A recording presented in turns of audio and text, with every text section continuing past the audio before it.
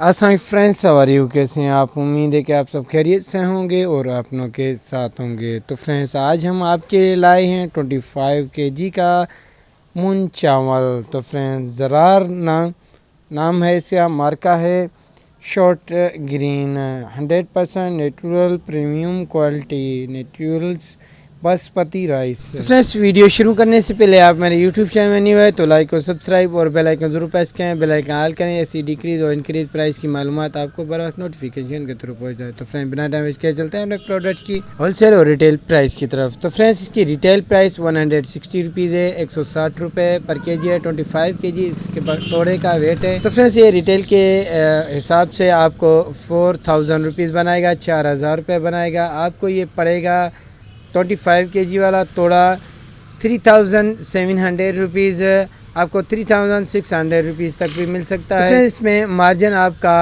400 तक भी आ सकता है। एक कट्टे में 1 kg में तकरीबन 12 रुपये से भी ज़्यादा, 12 से ज़्यादा 16 रुपये तक भी। मज़ीद वीडियो देखने के लिए हमारे चैनल का विजिट कीजिए और डेली प्राइस अपडेट के लिए लाइक और सब्सक्राइब करें। बेल आइकन ज़रूर प्रेस करें, बेल आइकन ताकि ऐसी जो भी न्यू वीडियो की अपडेट आपको नोटिफिकेशन